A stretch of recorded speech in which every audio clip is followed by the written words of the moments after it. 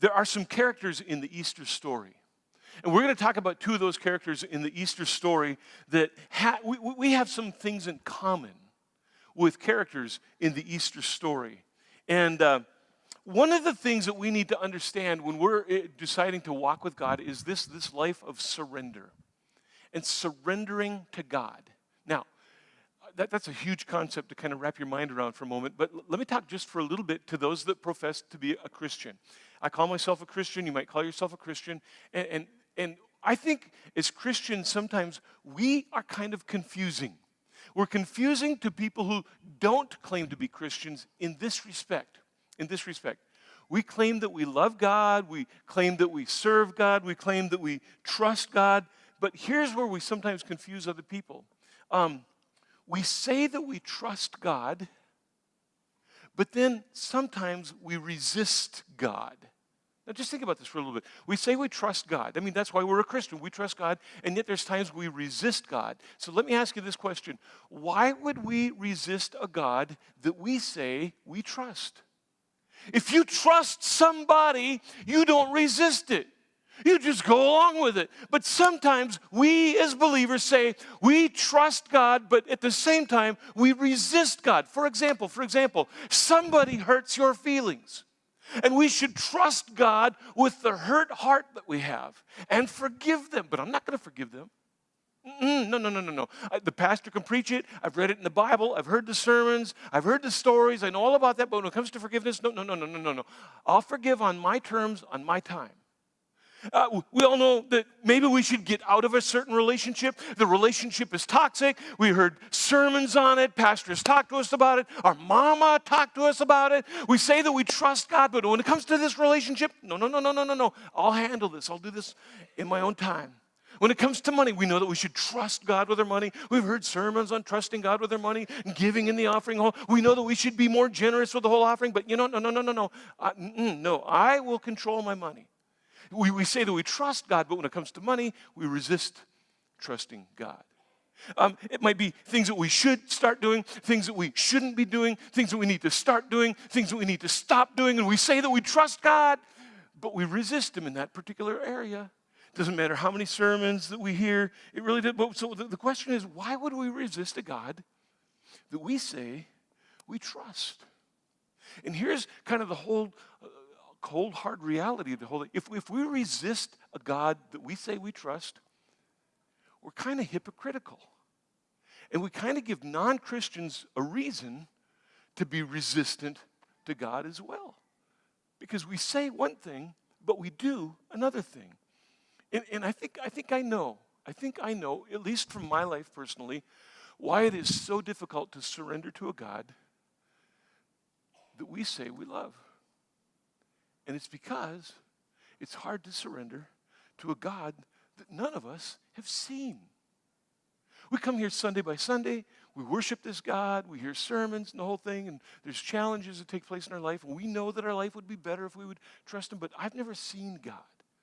So how can I trust this God that I've never seen? And you know what? If you've ever experienced that, you're a little bit like the characters in the Easter story, at least one of them.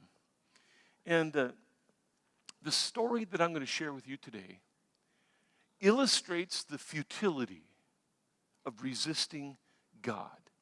There's futility in resisting God. In fact, it's really just self-destructive to resist God. Now, the character we're going to talk about this morning, his name is Caiaphas.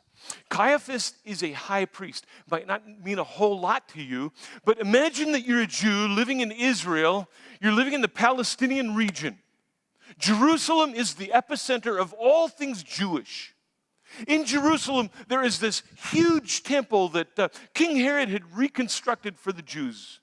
A mammoth structure. And your life as a Jew and everything Jewish revolved around that 32-acre structure that was there. Caiaphas is the high priest. He is the top dog. He's the man in charge of everything that takes place in there. To be the high priest meant that you had a position of power, a position of influence, and a place of incredible wealth. In fact, all the Jews were required by the Jewish culture to pay the temple tax. As a result, millions of dollars a year poured into the temple in Jerusalem. Some of the surrounding provinces, they were under the authority of Rome at the time, and the Romans wanted to overturn that law because they saw all of the resources they were losing because it was all going to the temple in Jerusalem. And Caiaphas, he's the top dog. In fact, for more than 40 years, his family has been the leading influence and the controller of that whole business and organization. He's Caiaphas, the high priest.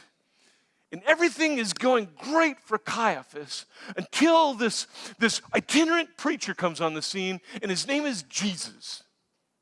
And Jesus really stirred the pot, not so much by the things that he said or the things that he taught, but it was the things that Jesus did that just rocked the world of Caiaphas and other religious leaders. Wherever Jesus went, crowds gathered. And you know this. Every time you read the Gospels, this is great. Crowds just gathered around Jesus. He's like a rock star just traveling. And, it's just amazing wherever Jesus goes because the blind were healed and deaf were healed. In fact, one guy that we're going to read about today is raised back from death to life again. Now, crowds were intimidating to guys like Caiaphas and the other religious leaders because crowds meant insurrection. It meant that they might possibly lose something that was so important to them. It meant insurrection. It was really a threat to Rome, and it was a threat to Caiaphas. That was one of the problems. One of the problems with Jesus was that wherever he went, crowds formed. Another problem with Jesus is that when Jesus spoke, he spoke with authority, not like the religious leaders. Don't you love that? And then another problem with Jesus was that he really just didn't have a whole lot of time for the religious leaders of the time. In fact, you can read back in Matthew chapter 23, Jesus, for almost an entire chapter in your Bible, just rails on these religious leaders because they were leading people astray. In fact, he says, you're like a brood of snakes in danger of going to hell. Yeah, well, Caiaphas heard that, and he didn't really like Jesus a whole lot. And the final straw for Caiaphas concerning Jesus wasn't what Jesus taught, it's what Jesus did. He raised someone from the dead. If you want to follow along today, we're going to jump around a little bit in the book of John. Book of John. We're going to be in John chapter 12 and in 11 and in 10. We're going to kind of jump around there a little bit. And so it's what Jesus did. It's what Jesus did that really upset Caiaphas and the other religious leaders. Because when Jesus did stuff, crowds formed, and it threatened Caiaphas and things that he wanted to control. So there was a strategy that Caiaphas and other religious leaders had to discredit Jesus. In fact, you read this throughout the Gospels. They were trying to trick Jesus all the time and ask him trick questions to get him to say things that would incriminate himself and get him all messed up and get him in trouble. But Jesus saw through their duplicity and hypocrisy, and he always answered in some way that just blew them out of the water. But now they're looking for a way. They're looking for a way. How can we get this Jesus out of our life? In fact, the threat is really expressed in John chapter 12, verse number 17, when we read this, that many in the crowd had seen Jesus call Lazarus from the tomb, raising him from the dead, and they were telling others about it. So in other words, because this guy Lazarus is raised from death to life, a crowd starts to form. Verse number 19, same chapter. Then the Pharisees, they said to each other, there's just nothing that we can do. Look, everyone is going after him. Another version of the Bible says the whole world's following after him. In the book of Acts, you can see that became a reality. And today, nearly a third of the world's population ascribes some sort of association with Jesus. In chapter 11, verse number 47, we now go to the story where Lazarus is raised from death to life. And news about this resurrection gets out to the religious leaders and the whole community. I mean, if somebody in Williston got raised from death to life, how many know we'd be talking about it this morning? And they were talking about it back then. So in John chapter 11, verse number 47, this is the dialogue now that takes place with the religious leaders. Then the leading priests, it says in 11:47, and the Pharisees, the leading priests and the Pharisees, they called together the high council. Now that doesn't mean a whole lot to us. Your version might say they got the Sanhedrin together. The Sanhedrin was the high priests, the religious officials, all of these guys, including Sadducees. They had so many differing religious opinions. It would be like calling together the House and Senate and the Supreme Court and the Democrats and Republicans on both sides of the whole thing, having a big brouhaha and saying, we need to have a meeting and decide what to do with this guy Jesus. This was a big deal. So they all come together to discuss what they're going to do with Jesus. Verse number 47, what are we going to do? This man certainly performs many miraculous signs. I mean, look, we can't deny that this Jesus is doing something. We can't deny it. I mean, we just saw Lazarus standing outside the door signing autographs, right? I mean, he's there. Verse number 48, if we allow him to go on like this, soon everyone is going to believe in him. That threatened them. They didn't want to be threatened by Jesus. Believing his teaching wasn't the problem. Seeing what Jesus did was. We need to eliminate the problem, because as long as Jesus is around, Jesus threatens something that we want to hold near and dear, like power and wealth and influence and authority. And as long as Jesus is around, all of that is being threatened. Verse number 48. You know what happens if this Jesus continues? The Romans are going to come and they're going to destroy both the temple and our nation.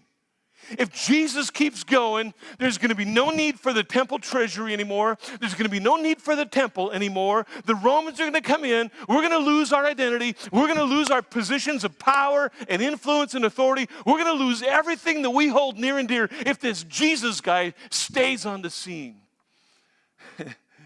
Something so important to them that they didn't want to lose it, because their power and their popularity and their wealth was what they wanted to hold on to, and the price that they were going to have to pay was just too high. And let me just tell you something, that when you decide to follow Jesus, and you know this if you're already a follower of Jesus, if you decide to follow Jesus, it's going to cost you something.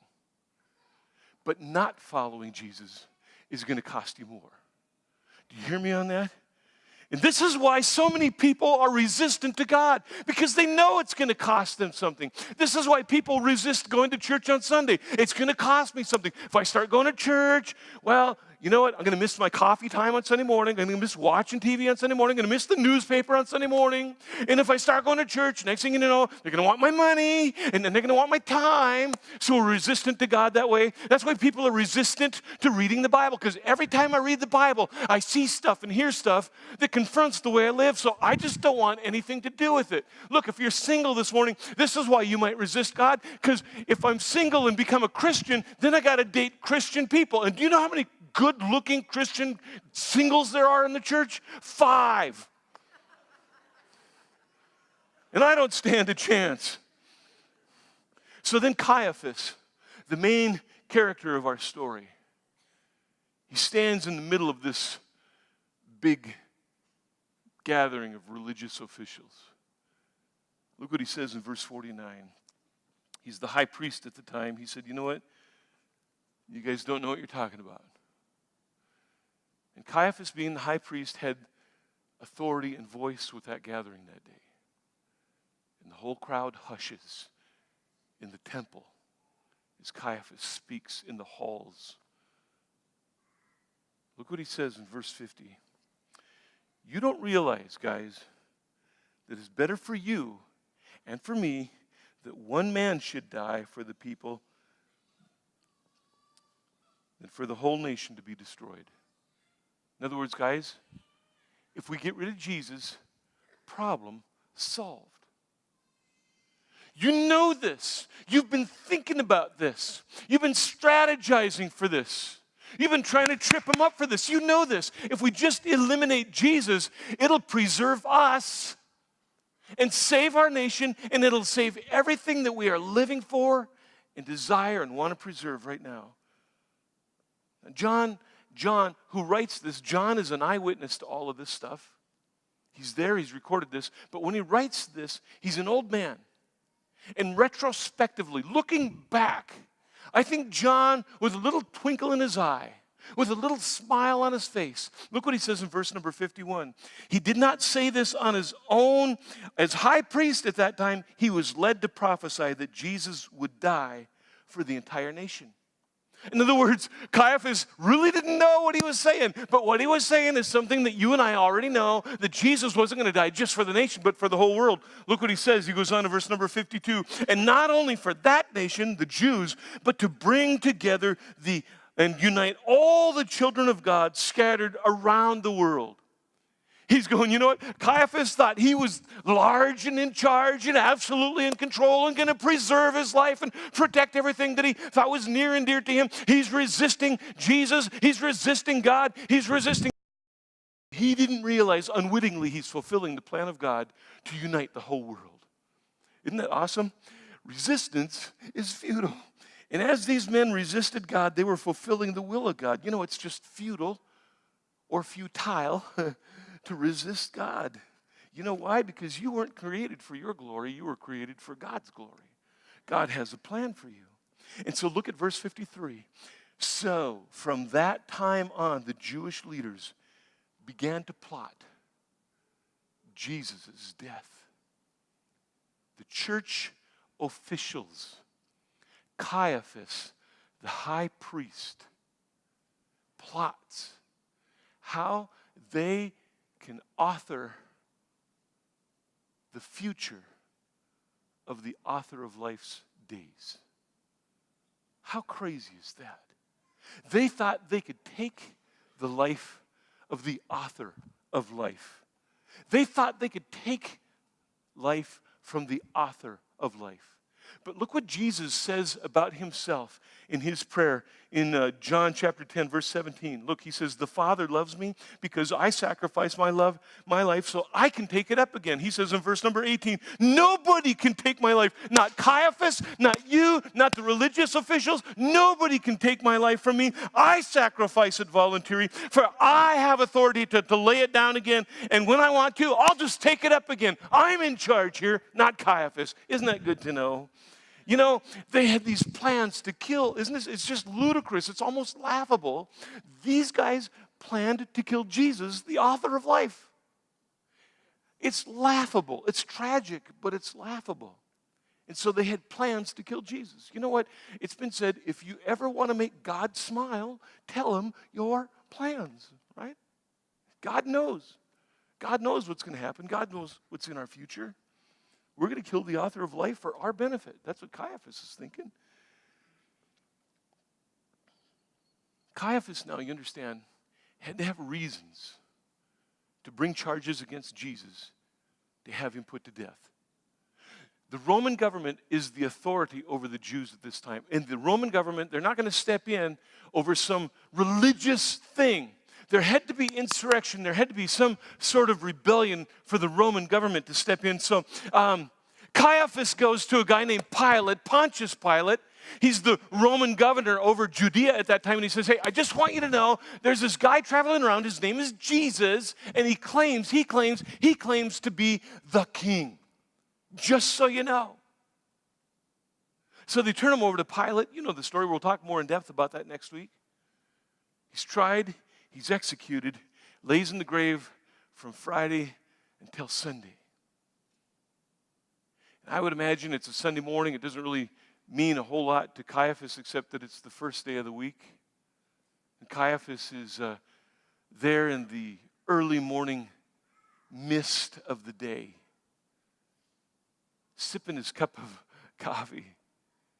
And he can hear somebody running down the hallway yelling, Caiaphas, Caiaphas. Caiaphas, Caiaphas, Caiaphas, Caiaphas, open the door, Caiaphas, there's something you need to know. We went to the tomb where they put that Jesus this morning. He's gone. He's not there anymore. Caiaphas, I don't know what happened to him. He's just absolutely gone. And as soon as Jesus is out of the tomb, he starts appearing to people throughout Jerusalem. And crowds begin to form. You know what's so amazing about this? That just 50 days after that day, 50 days later, Jesus comes back.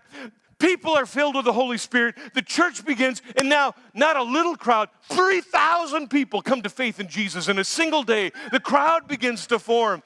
Caiaphas tried to put it down, but Jesus rose it up. In time, when you read the story of Caiaphas, Caiaphas would lose his position.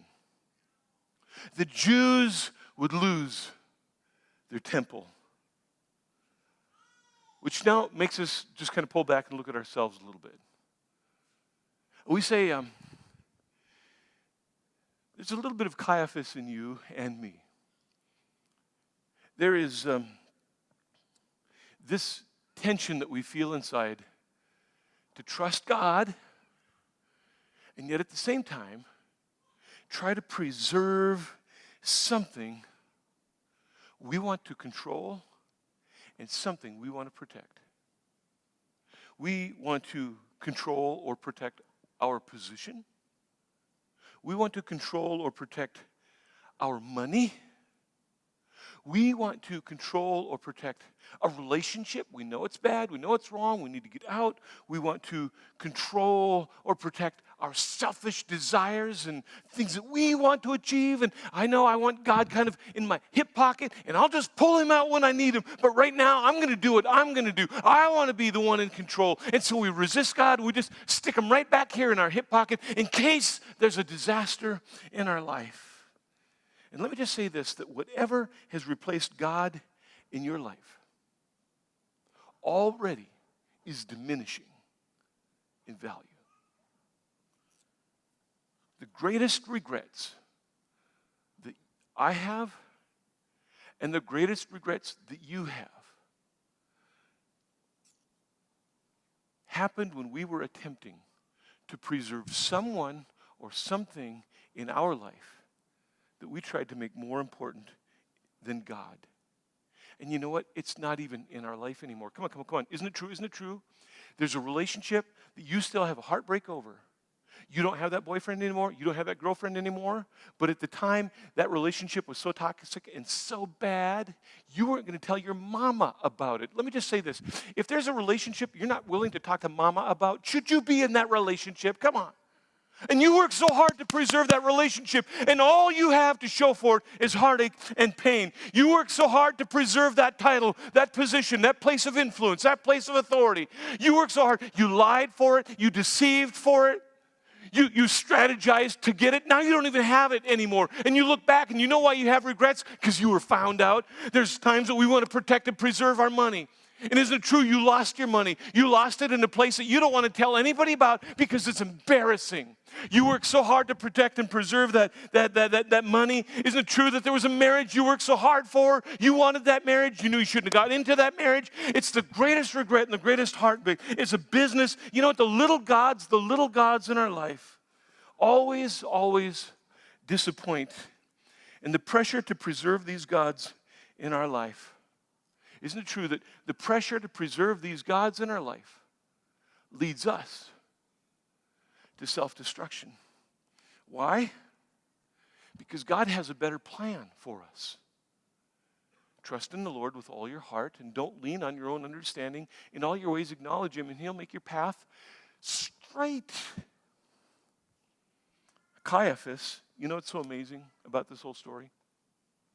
Caiaphas, the high priest in the temple of God, has access to the oldest copy of God's law known to man at the time, including the part that says, you will not murder.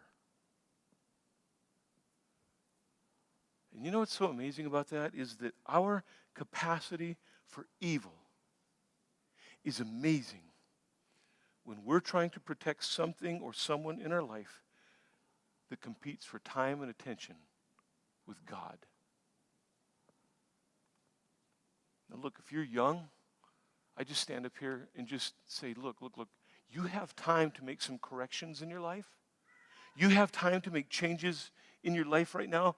And some of us sitting in this room, we're going, Pastor, I wish somebody would have told me this when I was younger, that these little gods in our life always disappoint. And look, I know why we resist God. I know why we resist God. Because to trust God can be terrifying. We trust what we can see. We trust what we can feel. We trust what we can hear. We trust what we can grab. We trust what's in our home. We trust what's in our life. But to trust this unknown God, well, Pastor, that's just terrifying. Saying yes to God in any part of our life is going to cost you something. But resisting God will always cost you more. So let's just get practical for a little bit. We're just about done. What is it that you're trying to preserve today, trying to protect? What thing in your life, what person in your life, what area of your life are you like, God, I love you so much, but don't mess with this. Don't mess with that. And if it's something in your life that you can't talk to your pastor about or your mama about, you probably need to do something with that part of your life. Because wherever you're resistant to God, you're trying to preserve something that needs to be surrendered. And this is the thing in your life there's this thing in your life that gives less. There's this thing in your life, it's giving less, but it's demanding more. There's this person in your life that's giving less, but they're demanding more. There's this ambition in your life that's giving less, but it's demanding more. And that's the lesson from Caiaphas, one of the villains of Easter.